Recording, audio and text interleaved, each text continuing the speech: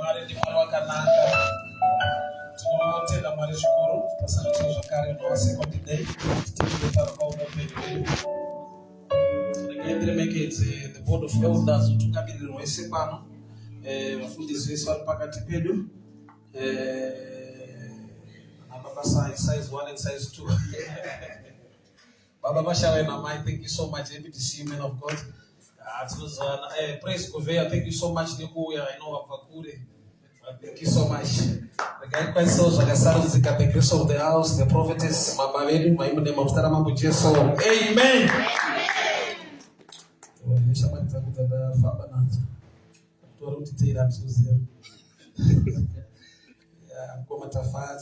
Pastor Kariko, the men of God, thank you so much. Genesis 21 from verse 11. Genesis 21 from verse 11, now read. And the thing was very grievous in Abraham's sight because of his son. And God said unto Abraham, let it not be grievous in thy sight because of the lad and because of the bondwoman. In all that Sarah had said unto thee, hearken unto a voice, for in Isaac thy shalt seed be called. And also of the bondwoman I will make a nation, because he is thy seed. And Abraham rose up early in the morning, took bread and a bottle of water, gave it to Hagar, putting it on her shoulder, and the child, and they sent her away, and they departed and wandered in the wilderness of Beersheba. And the water was spent in the bottle, and she cast the child under the cherub, and she went away and sat down over against him a good way off, as it was a bushel. For she said, let me not see the death of the child. And she sat over against him, lifted up her voice, and wept. And God heard the voice of the lad, or the voice of the boy. And the angel of the Lord called unto Hagar from heaven and said unto her, what aileth thee, Hagar? Fear not, for God had heard the voice of the child. Where is he? Arise, lift the lad up, hold him in thy hand, for I will make him into a nation. And God opened her eyes. She saw a well of water. And she went and filled the bottle with water and gave the boy a drink. We thank you, Father, for your word. Speak to us tonight, instruct us, correct us, and empower us for the glory of your name. In Jesus' mighty name I pray. Amen. Hagai adzingwa pamba iye nemwana Ishmael. So vari kudzungaira vari murenje mudesert place yainzi Beersheba. So zvanzi Hagai wakatora mwana akanomisa pasi pechikwenzi ndokubva anoendawo at a distance. Pfungwa yake iri yekuti handidi kuona mwana wangu achifa. Kuti aringoti hapasina chiabuda, regai afe ari away from me. Ndokubva atanga kuchema. Mwari ndokubva vatuma mutuma anotaura naHagai achiti, Hagai regira kuchema nokuti Mwari vanzwa kuchema kwemwana. Hagai regira kuchema nokuti Mwari vanzwa kuchema kwemwana. In other words, shoko riri kuti uri kuchema asi regira kuchema nokuti Mwari vanzwa kuchema kwemwana. Palivhangeri baba. Iwe uri kuchema chiregera kuchema nokuti Mwari vanzwa kuchema kwemwana. Uyo ari kuchema but ari kunzi chiregera kuchema nokuti pane watiri kunzwa. Iwe uri kuchema but hatimbokunzwa. Tauya kwauri nokuti tanzwa kuchema kwemwana. Iwewe chiregera kuchema. So kuchema kuri pairi. Pane kuchema kuno attracta God's attention. Ekungochema. Mwari vanzwa kuchema kwemwana. Asi Bible rangu rati Hagai wakatanga kuchema, she wept. Mutumwa aburuka ari kuda kutipa kuchema kuviri. Ari kuti iwe chiregera kuchema. Kuchema kwako hakunzwike, asi tiri kutoziva kuti uri kuchema, but kunzwa hatisi kunzwa. Mwari vanzwa kuchema kwemwana. So chakurutsa denga mu desert place is the voice of the crying child. Mwari vanzwa kuchema kwemwana, chiregera kuchema. Chakurutsa denga kuti readresi Haga, nyangwe Haga achichema ine dambudziko, pane kumwe kuchema kwaita kuti denga riburuke. But denga nyangwe ranzwa kuchema kwemwana, riri kunotaura nemunhu asina kunzwika achichema nokuti riri kuuya nema-instructions. So crying attracts God's attention, but maturity attracts instruction, because you need to mature to take the instruction yawapiwa nedenga. Nokuti pano chiri kudiwa kuitwa naMwari, vari kuda kuadresa munhu akura nyangwe vanzwa mudika achema. So I've discovered the church, kuti church yakakura pakuchema haisati yamachuwa pakutora ma-instructions kuti chirege kuchema. Church yamachuwa zvekuti inochema, ende Mwari vanotonzwa kuti church yachema. But chinoita kuti vanhu varambe vari vekungochema inyaya yekuti tiri palevel, the Ishmael level. Hatina kumachuwa to the Hagar side yekuti God can speak to you and talk to you. Unonzwika kuti uri kuchema, but zvinozikana kuti you are not mature to handle what God is about to do. Nochida kuitwa naMwari chekuti vakavhura meso aHagar, Hagar indobva aona tsime remvura. Mwana mudiki patsime remvura, nyangwe mvura uri upenyu, anorasikirwa neupenyu. Anogona kuhandla tsime remvura ndeamaya vane bhodhoro ravakabata, asi bhodhoro ravo ranga rapera mvura. Saka Mwari vari kudhila nemunhu mukuru, vanzwa kuchema kwemunhu mudiki. So church yakuda kufanira kusvika palevel yekuti iwewe you are operating in both dimensions. There is the Ishmael side of you, yekuti you cry and attracts God's attention. But there is the Hagar side of you, yekuti you can take instructions kuti zvinhu zvako zvigadzirike zvakanaka. Mwari vafunga kuponesa nyika. God the Spirit, Mwari mweya, he became man. Kureva kuti Mwari muunyanzvi hwavo newisdom dzese vafunga kuponesa munhu, vakafanana nemunhu. Kureva kuti nyaya yemunhu yaida Mwari munhu kwete Mwari Mwari. Unambondinzwa. Mwari saMwari vanzwa tsitsi yenyika. Ndokubva vati dada kuponesa nyika, ndokubva vava munhu. Kuna there is the human side inoadresa the God side.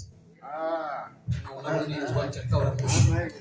Mwari vafunga kuponesa munhu, havana kuuya saMwari. Mwari hwavo vakapfeka nyama vakava semunhu kuti vagone kuenda pacross. Basa roda kuitwa, it's a spiritual way rekuti munhu aponeswe. But rinonida ropa rinoerera. Saka God as spirit havana blood, but God as man vane ropa rekuti vanhu vagone kupona. So pane pamwe pekuti uri kuchema kuti Mwari havasi kudinzwa, ende ndayozwa kuti vanotokunzwa ende vane tsitsi neupenyu hwako. But the Hagar side in you haisati yadevelopa, nekuda kwekuti panodiwa the physical understanding. Mwari vanoti kuna Jeremiah, enda kumuumbi wehari, kwete kuchechi, kwete kuruseni, kwete kuonite. Mwari vakasvika pakutrust anoumba hari kuti anogona kupa vhangeri prophet. Enda unoona zvinoitwa nemuumbi wehari. Kana waona ndoda zvandoda kuti udzidze. So sometimes the church haina the physical side and the physical understanding of things. We are too spiritual. Ende mukuchema kwedu pamweya Mwari unotinzwa, but ane nyaya dzaanoda kuadresa panyama nevanhu vamachuwa nekukura vanogona kushanda nematsime. Tsime isolution kuvanhu vane nyota, but iproblem kumwana mudiki ane nyota. Mukaenda kumusha nevana munotyira vana venyu kuti vasaende kutsime. Imi makachera tsime. Makarichera kuti vanhu vararame vawane mvura. But tsime iro rinogona kuuraya vana nokuti havasi machuwa kudhila netsime. Saka pamwe pacho the maturity side yekuti Mwari vadhile nesu haipo. Tine the child side yekuti we cry to God. Mwari mubatikana kuti chechi yachema vanhu varwadziwa vanetseka. But the solution kuti chiuya pakati pedu haigone kuuya nokuti we are still the Ishmael church. The Hagar side of the church is missing. Hagar side ndemunhu aamachuwa anogona kuoperate kana kuti anogona kushanda nesolution yaririswa naMwari on the ground. Tsime rinopa upenyu. Mwari vanoda kuti vanhu varegere kufa nenyota. But vane dambudziko nemunhu ari kungochema anonzi Ishmael. Ishmael amashuwa zvekuti anogona kunyatsochema akaattracta denga, but haasati aamachuwa kudhila nesolution inoda kunzwa paground. Nokuda kwekuti imwe solution kana usiri mature it kills. Munhu wese ari kuda financial breakthrough, ari kuda financial door kuti rivhurwe naMwari. God is ready to do it, but the blessing will stop the miracle to happen. You are failing to handle small amounts. Later is not the Bible not atendiseka muzvidiki Mwari vanomutrasta nezvizhinji.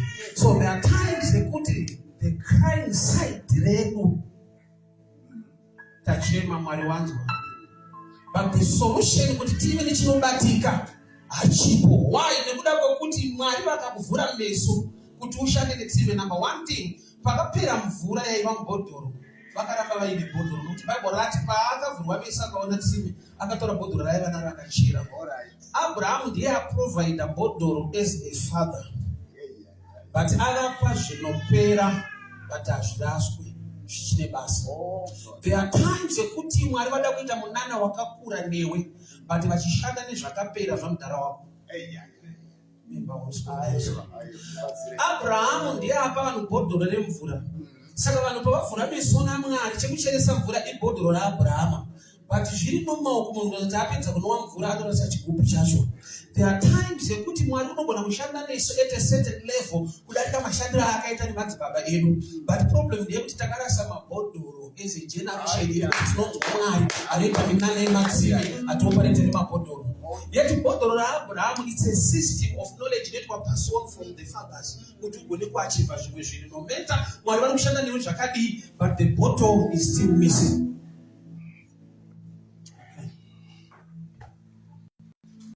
Regaiti kamuchiri baba. Tokona kusumuka chechi. Zita la Jesu. Amen. Thank you so much, Baba. So solution kana ichiunzwa naMwari panyika. Mwari pane nguva yaakati mana imbomira nokuti vanhu vaakupinda Canaan. Mana stopped. Kwete nokuti vanhu vari muera kana kuti havanzwe Mwari. But vari kupinda mu a place yekuti Mwari vaakutendera mvura kunaya kuti vanhu vagone kurima. Promised land is promised fruit. It needs knowledge in agriculture to benefit the miracle. If you don't know how to plant a seed till the ground, promised land will never benefit you. So I have a problem there, but I knowledge is necessary to enjoy the miracle that is being provided. Promised land even though really fertile. But fertile land is a guarantee. Yechikafu kana munhu ane usimbe asikagone kurima asikagone agriculture. Kureva kuti Mwari atiche vanhu agriculture anokupai promised land. You must get the skill to enjoy the blessing. Saka sometimes church yakava too spiritual ndobva yashaya the skill to do with the land. Ndobva yanoungana paland ikanamata kuti Mwari unoita zvishamiso. Yeti Mwari wezvishamiso ndiye amisa mana. Saka kune mamwe miracles ame expire. Kwete nekuti wakatadzira Mwari, but nekuda kwekuti wakusvika palevel inodemanda maturity kuti we enjoy the next level of miracle. Amai vangu vaindiyamwisa vachiri kokudombo shava. Ndovakandiyamwisa mukaka ende baba vangu vaiti vakatosvika ndichichema vaitopuputira mama wangu. Ipa mwana mukaka. Amai vava vachiriko. Havashandipo. Hazvino kuti vandimaka. Ndakona kushanda ndinotenga ndega chimombe. Kuda kuti there will come a level in life yekuti Mwari vacho kuti vakuitire azvichaita.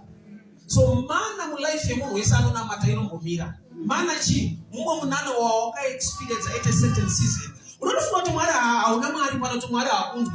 Vanotokunzwa vanewe, but problem ndeyekuti uri kuda kupinda muKenani kuti muitike mana iyo land iri fertile. So know your season, know the place yawapo. Mai vaindibata roko tichifamba neni mutauni. Izvezvi vachiri kuti tikapinda tese mutauni vakandibata roko ndotsama. Vozvada kundimakisa risimudo. Saka lazi ikaexpire inomakisa.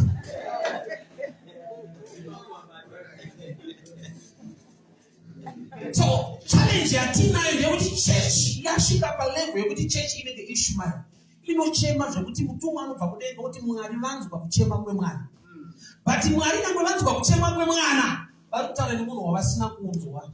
Nokuti ane maturity yekugona kudhila nematsime nemabhodhoro avakatora kumba kwaAbrahama. Which means pari kudiwa maturity, skill and understanding. Nekuti chida kuitwa naMwari chikushandire. Hachikushandire nokuti unonamata uye Mwari vanokuda. Chinoshanda nokuti nyange Mwari vachikuda uchinamata unoziva zvaunofanira kunge uchiita.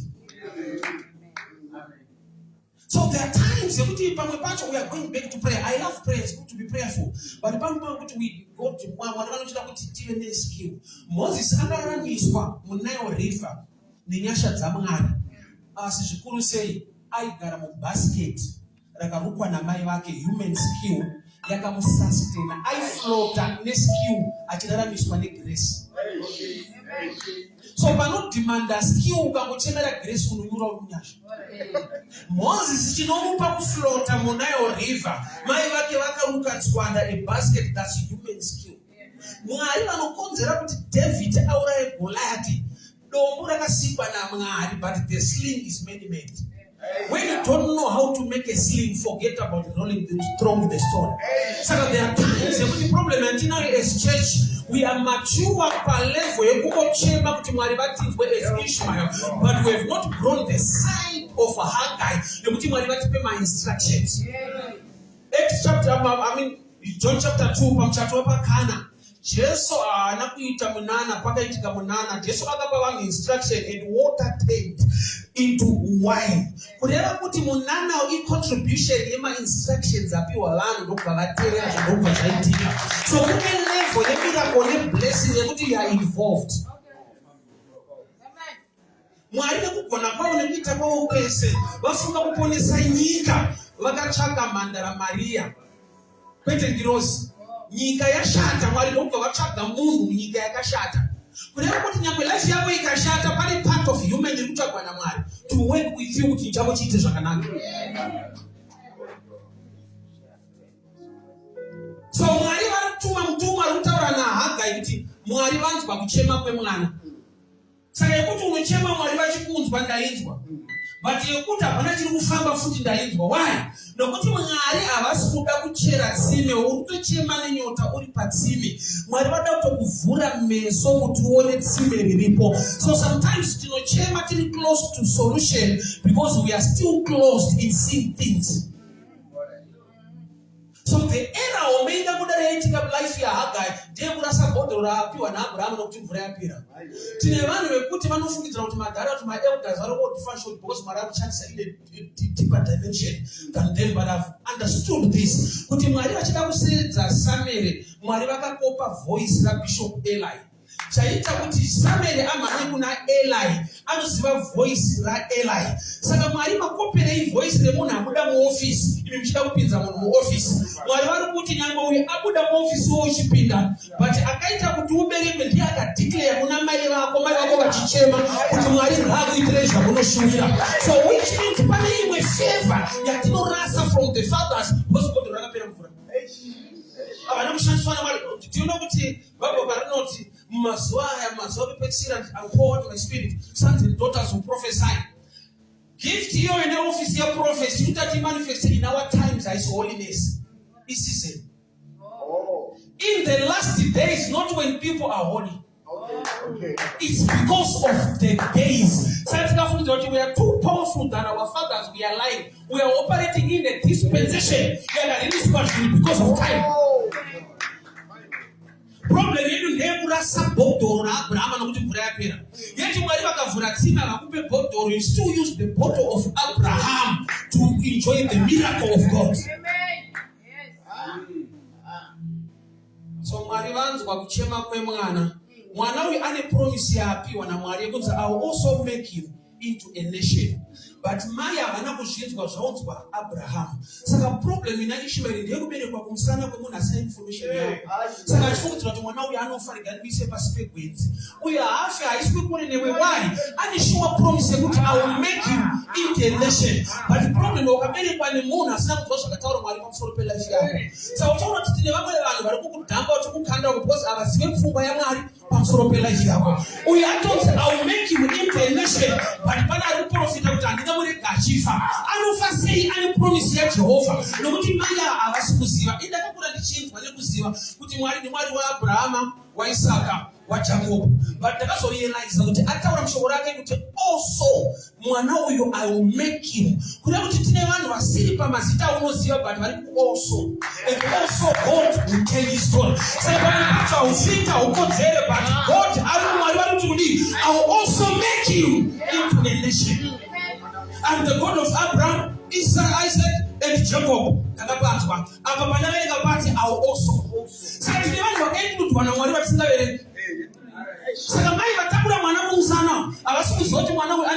Promise.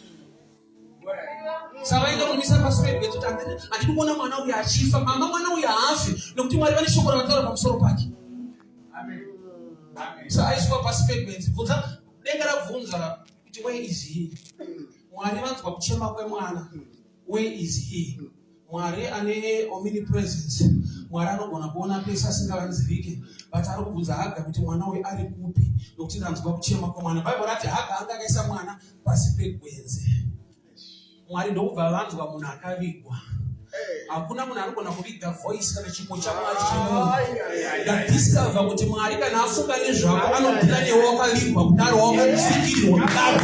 Mwari unoenda kune vanhu vane mazita owaudza kuti pane mufana watiri kunzwa panapa, pane nyasha dzatakaringisa pano, ati kunobva makadziviga endai kunobvisa mwana pagwedzi nokuti ndikatimuruke tikunzwei pane munhu ari kugwedzi kwete ari papulpit.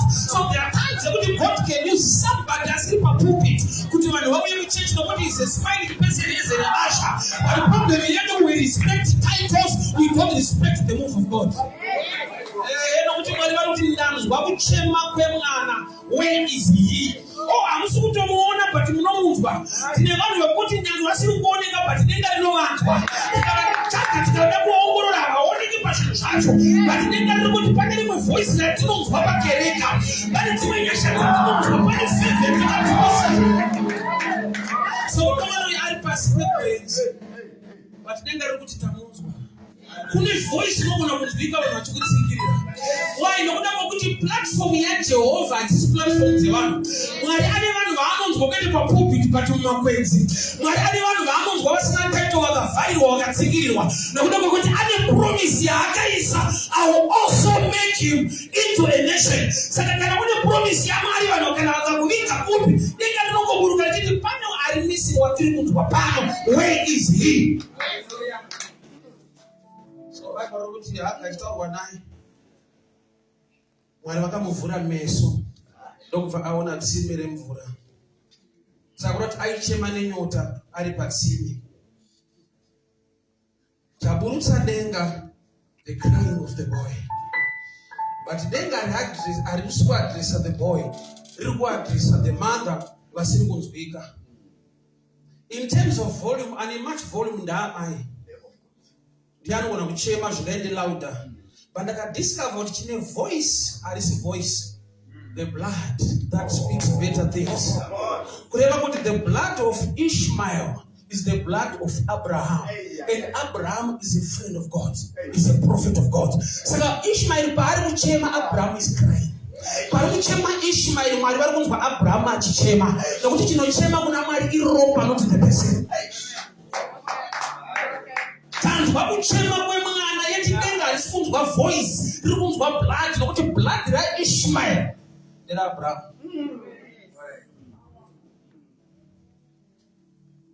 Alright. Rudzi remaIshmaelites runobva pana Ishmael. But Ishmael hasi Ishmaelite, mwana waAbraham. Ndombo kukonifisa bishara. Ishmael dzanobereka rudzi remaIshmaelite. But iye hasi Ishmaelite, mwana waAbraham. Assignment yerudzi rwaari kubereka, but identity yake is not an Ishmaelite, is called Ishmael. Ropa riri maari rebaba vake Abraham. Mwari vaisaya promise kuti I will make him into a nation. Saka zvakuti kwaita nzara vanhu vari kuchema zvichinje plani yaMwari. Nokuti Mwari vangatoita munana kusustaina voice ravo nechavakataura. Uyu ndichamuita munhu mukuru in a desert place. So also as a believer, you must not think like an African or just like a common human being. We must think like believers. Believer mindset yake, we don't look for green pastures. We look for the shepherd. The Lord is my shepherd. He leads me. I don't look for the pastures, but I'm being led because He knows. The Lord is my shepherd.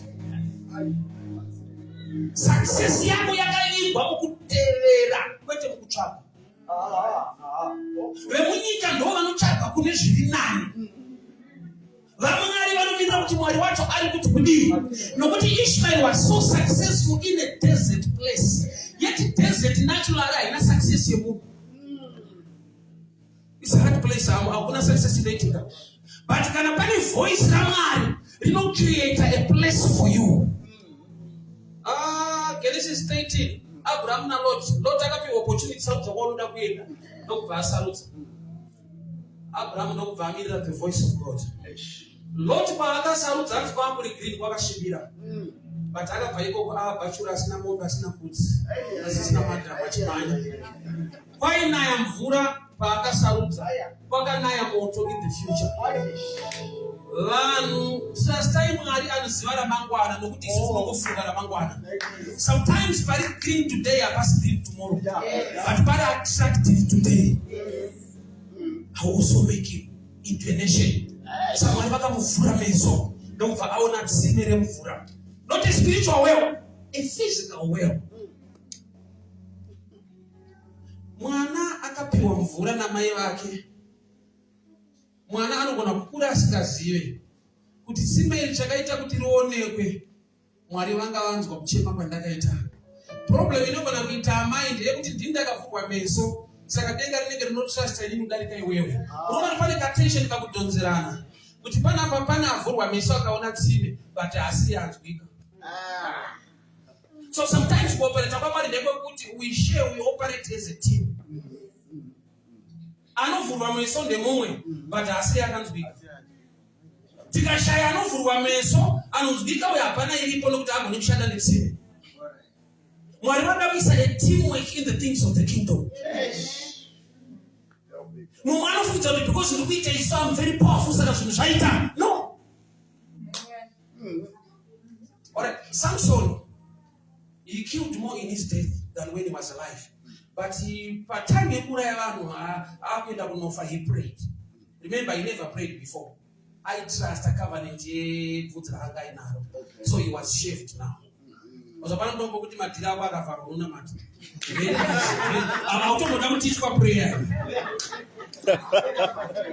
Samson angasiri prayer funkana.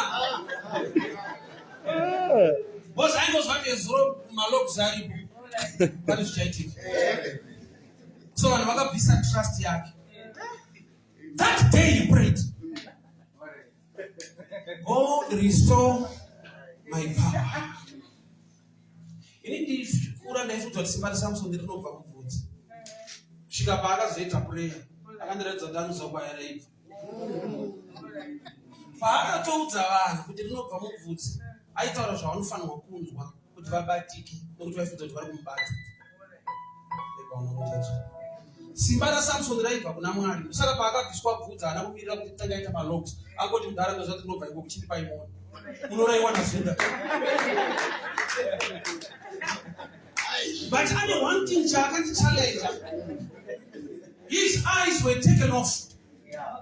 Achiziva kuti prayer inoshanda. He never prayed for eyes. He prayed for power. A blind man praying for power.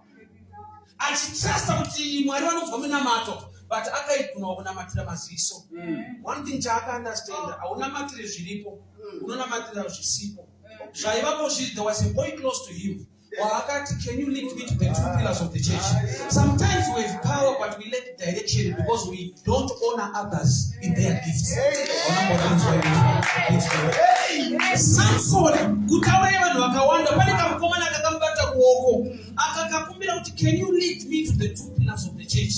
Which means that namata Mwari akanipa power, but handizivi pekubata.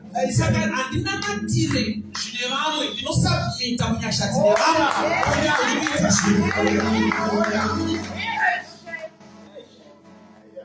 That's why Bible rakasvika pakuchivira vanhu vakanyimwa mafuta paMatthew 25 kuti they were foolish.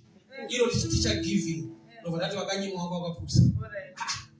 Pane kuti tigadzirise vanonyima kuti amfanira kudaro ipaiva mweneni takataya vakangwara ndosaka vakavanyima. Avakapusa ndosaka vakanyimwa. Ko vanonzi vakapusa sei vanyimwa mafuta? Saini yekuti vakapusa ndeyekuti vanga vari one place vachimirira chikomba 1. Saka maramba avo akadzima havana nidhi yekukumbira. Vanofanira kugara imomo vanoona neari kubvira. So there are times yekuti instead of respecting what others carry, you still still want kuti ndofana kurirawo. Kana awachibvira anga anofana kutobvira futi. That's being foolish. Nokuti chaita kuti Mwari akupe mafuta mashoma vamwe vana akawanda. You are a team. You want team. But havana the heart to submit the graces nevamwe. Savakazoenda kunotenga mafuta ine vakawana mafuta. Kuna vanongoita zvemafuta chete vasiyeni chikuru. Saka iti munhu aikotengesa mafuta. Ndokubva vawana mafuta avo.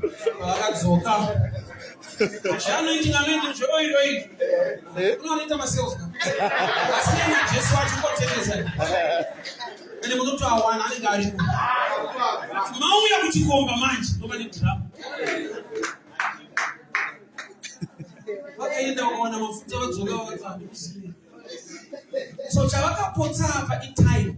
Time yakabviswa nokuti vakaramba kusubmita kune vamwe vane light. Mafuta atinawo haana kuenzana. But Mwari vakatisanganisa pamwe chete kuti titibatsire tese. Nyasha dzatakapiwa hadzina kufanana. But Mwari vakatisanganisa nechikonzero kuti zvitishandire tese.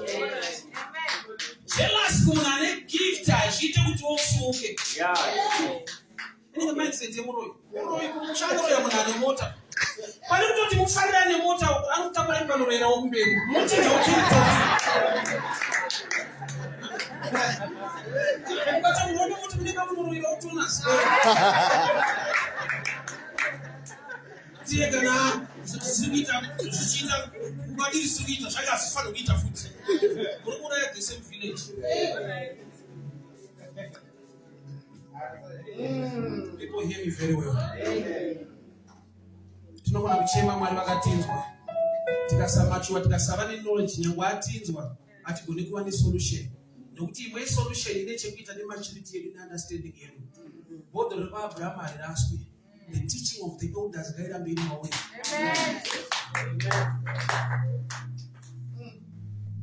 Knowledge ikashayikwa munatural realm.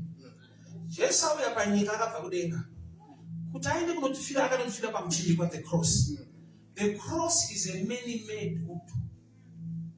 Takaponeswa pamuchinjikwa nechakaenda pamuchinjikwa. Kuna kuti Jesu haana kuya necross. Akauya nemission. The cross inovezwa panyika human skill. Kuti aende ipapo. So sometimes the problem ndeyekuti we no knowledge on the ground. Tongoti aiwa tichachema Mwari wedu achatinzwa. Icho pane tiri kuchema ende ari kutinzwa. But as long we lack knowledge on the ground, mamwe matsima hatigoni kumanwa. Amen. Vazviite. Nhamo yataita ndeyekuti Mwari ane matsima arikuda kutipa. Mabhodhoro ekwaAbhurahama takarasa. Ende tichiri ana Ishumaeri tinongochema nenyota chete. Acquire knowledge in both realms. In the physical, unosati ukaudza vanhu pamusoro pe-knowledge iri physical realm, vanoti hatizvi panyika ino. Hatisi venyika ino, asi tiri panyika ino. Mari chaiyo haiteere misodzi nekuchema, inoteera service yaunofa nezvaunoita. Ndinotenda kuna Mwari anoita zvishamiso. Ndiye akati let there be light, mukava nelight. Rima rikadzoka. Ndokubva asika mwedzi to rule over the night. Kuna kuti kune zvinotochallenge-wawo zvinenge zvaitwa as a miracle zvaakuita something to tangible, a source of blessing, inoperate as the sun. Tine nguva yataiginowa muumbi wehanditiri kukrusade. Yeti kune dzimwe nyaya dzinounderstandika better. Jeremiah akaenda kunoona muumbi wehari. Kumuumbi wehari asi zvemweya kunoona zviri kuitwa ipapo art. So nhamo yataita dzimwe nguva ndeyekuti tiri ana Ishumaeri. We cry. We cry. Tapedza kuchema kuti nhasi kuchinja. Jesu nyange akaenda pamuchinjikwa akatifira. Haana kungouya kuzofa bedzi. Kufa was the last part yemission. Chaakauya kuzoita, he was teaching, preaching, healing. Kuda kuti mandate dzese dzayadresa mamwe ma-issues. Kune issue yaitongonida teaching. Than kuti achandifira. Pane knowledge yatifana kuita acquire. tigone kushanda nemamwe mativi. Munhu wekuAfrica akanamata tsiizi kuti dekarize kuti munamato wabva kuAfrica. Because kazhinji kacho toda kupinda basa kwete kuita basa. Nenda panopindawo. Pakatangwa mweya wekuti I can do things haupo. Mweya ndokuti pane vari kuita vakandishedzawo roita nawo. Because tsime rinodimanda discipline, no problem. Haina ndifane family ndiri munhu akadzika ukaita moto ikaita futi ukagara chinokufuma.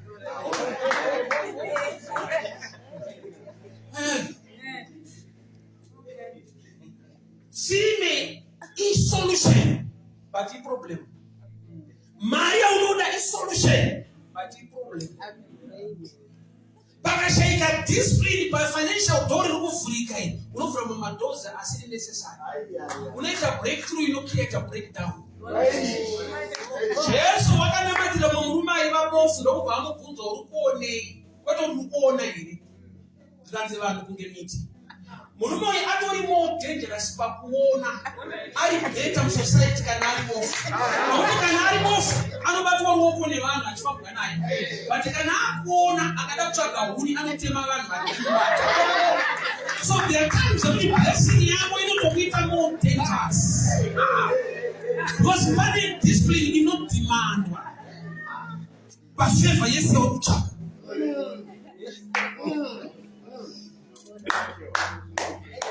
Anaisraeli vachenda ukena vakasvika panzvimbo yainzi Mara. Vamwe mvura iri kuvava. They cried out. Mwari ndokuratidza Moses tora datilo kukande mvura ndobva yatapira. Vakafara vakanwa. But I want to show you the joy side. Vaifanwa kufara pavakaita sei. Vaifanwa kufara pavakanwa mvura inovava with this interpretation. Yekuti kudi in a desert place kunonetsa mvura. Saka dai mamwe marudzi akapfura nepo mvura isingavavi yaishandiswa. Saka kuvava was a measure to preserve kusvika Israel yasvika. Saka kune ma-issues yokuti Mwari vanokubatsira nokuti zviri kutongovava. Nokuti pana akambovava akati andisaine mapepa, andisaine avanyo, handivapi futi. Munhu pakaziva kuti kumushanda kuvakarika ndinovaka. Wapedza kuva unozotakupa fuma pepa.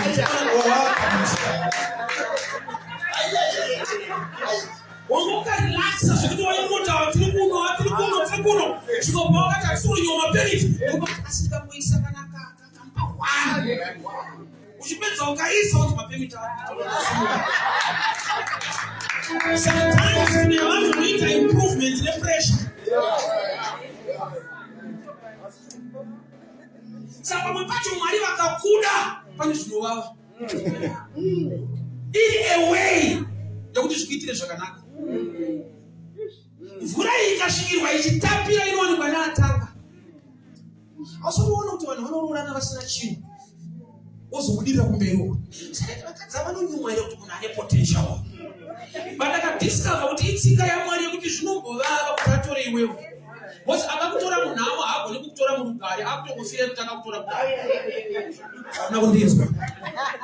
Uyu wako dai ukamsvikira nemari yainayo akasingatori iwewe. Zvakaita kuti Mwari vakuchengetere shasha iyi kubhuroga. Wakasvika mvura ichivava iyi nokuti ikatapira inowanikwa neshasha.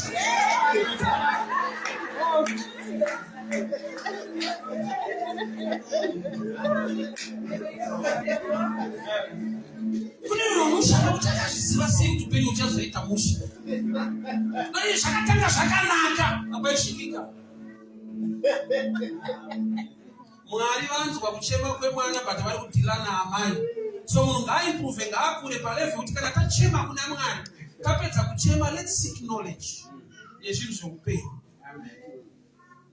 Ukaenda kuinterview uchida basa, ukaenda kutsvaga basa, vanoita interview wabvunze chechi yaunopinda, wakanamatirwa nani, vanokuudza kuti magetsi unoagona here. Kuti handagona hangu but munamati yakabatwa chakatondesa. Tichitenda kuna Mwari wenyinana, you must apply knowledge on the ground. Time yekuti tigare pasi timbodiscuss life, markets and everything. Atina. Tinoda Ishmael. Tozwa tikaenda kuchechi ndichakuchema kuna Mwari wangu. Mapenza kuchema munenge muchizoita nezvei tichema Mwari ozviratidza. Ndiri mfana ndaifunza kuti mvura inobva kudenga. Zvikadazoenda kuchikoro inobva mudenga kune inonzi water cycle. Mvura ichanaya imvura yakanaya apo yenyowani. Masystems akaiswa macycles naMwari. Saka mapato ukabreaka the cycle unofunga kuti pane mweya chino. Tauya kuzochema saIshmaeri Mwari tinzwa Mwari takatemba neropa raKristu tava vake but pane paanoti vanhu vangu vari kusaidi rekuparara nekushayiwa zivo. Saka ndakuti ati izivo ngori spiritual lens both sides. Ukasaziva zvaunofanirwa kuita, ukasava neskill, ukasava nezvaunogona nekuita muupenyu, prayer haikupe mari, inokupa nyasha. Netsitsi dzese dzina Mwari, kuna matamari pakafanira wrestling, makaona wrestling yemadoubles. Ukanyanyorohwa, ukanyanyochema, mumwe wako hatendi kupinda. Mukurohwa imomo unofanirwa kuziva kuti ndinoswedera kune mumwe wangu. Une distance yaunokavha uchirohwa inokuponesa. Unofanirwa kuziva kuenda. Misodzi haikuite bail out. Unoswedera kune mumwe wako ari panzvaro, wotambanudza ruoko. Uyu anobva akurova. But uyu paanokurova unofara. Nokuti haucharohwa. Saka unofanga ichikurova sofara. Nokuti zvakakugarira panzapo. Iri rikasakurwirwisa. Ari kurwirei? The weight that challenges you is the weight that changes you. Oh, yes.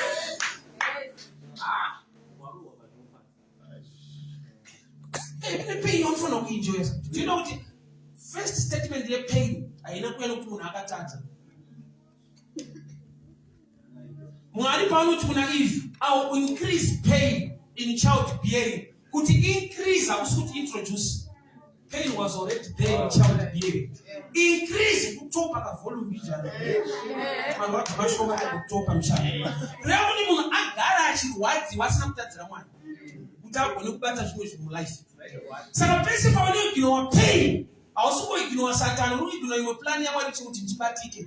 Nokuti pain haina kuintroducwa patime yekuti vanhu vatadza. Was introduced kare. Mwari ndokuva vazoti I will increase, not introduce. Matambudziko anosangana nemwana ndipira ndabuda mari. Mama unopfura nemari nokuti ane zvaanosiyayisa maono. Ndinoti kune vanhu vakabudira muupenyu nokuti vakanyanyodadira vanhu vaMwari. Zvikakriyeta shungu.